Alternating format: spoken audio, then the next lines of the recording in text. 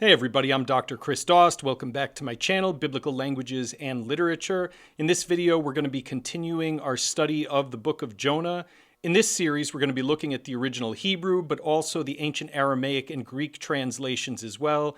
And as I go through the Hebrew, Greek, and Aramaic of Jonah, I'm always going to present an English translation of those ancient versions as well. So even if you don't know Hebrew, Aramaic, and Greek, you'll be able to profit from the study. Before we get started, however, I'd like to ask you to consider becoming a partner on my Patreon channel if you haven't already. For just $5 a month, you can become a friend of Biblical Languages and Literature, and that's just the price of one cup of coffee at your favorite coffee spot. And this will really help me to continue go on producing these in-depth videos for you. For those who are looking for more detailed study in Hebrew and Aramaic, there are special tiers for those as well that give you access to Biblical Hebrew 1, Biblical Hebrew 2, Aramaic 1, and Aramaic 2 level courses, as well as some really in-depth stuff as well. I really appreciate your support. It makes all the difference in the world in keeping this channel going.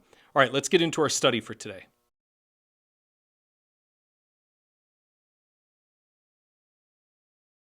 So let's start by looking at Jonah 1:1 in Hebrew. I do have a video on the Hebrew of Jonah 1:1, but I just want to do a quick review here.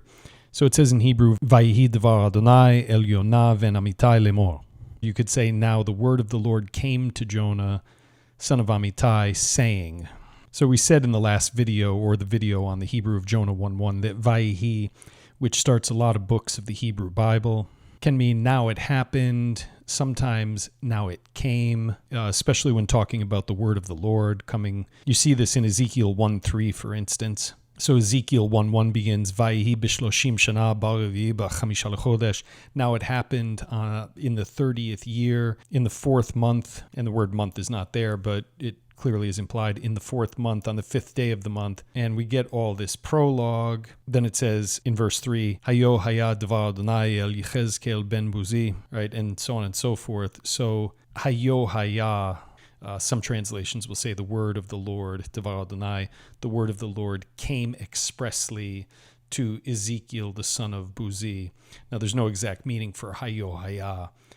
The infinitive absolute in Hebrew, which we'll deal with in other videos, is a very imprecise form in Hebrew, but you get the idea. Literally, it says, the word of the Lord was to Ezekiel. The word of the Lord was to Ezekiel. So what is that going to mean? As most translations will say, it means the word of the Lord came to him. The word of the Lord came to him. So in any event, Vayihi devar Adonai el Yonah ben Amittai lemor.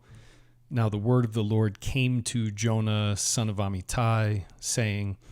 So let's go down to the Aramaic now to see how Targum Jonathan of the prophets renders the Hebrew into Aramaic. And there we get, according to the Keter vocalization, this is going to read, Vahava pitgam nivuah min kadam Adonai im Yonah var Amittai lememar. And so notice that they will vocalize pitgam with the dagesh, pitgam as opposed to fitgam, but bar will be rendered without the dagesh and therefore appears as var. The text that I'm presenting here is not going to agree with the Keter text in all respects. The Targums, they exist in multiple manuscripts and they're copied down over the course of centuries, and so we can deal with these differences. Now one time slowly.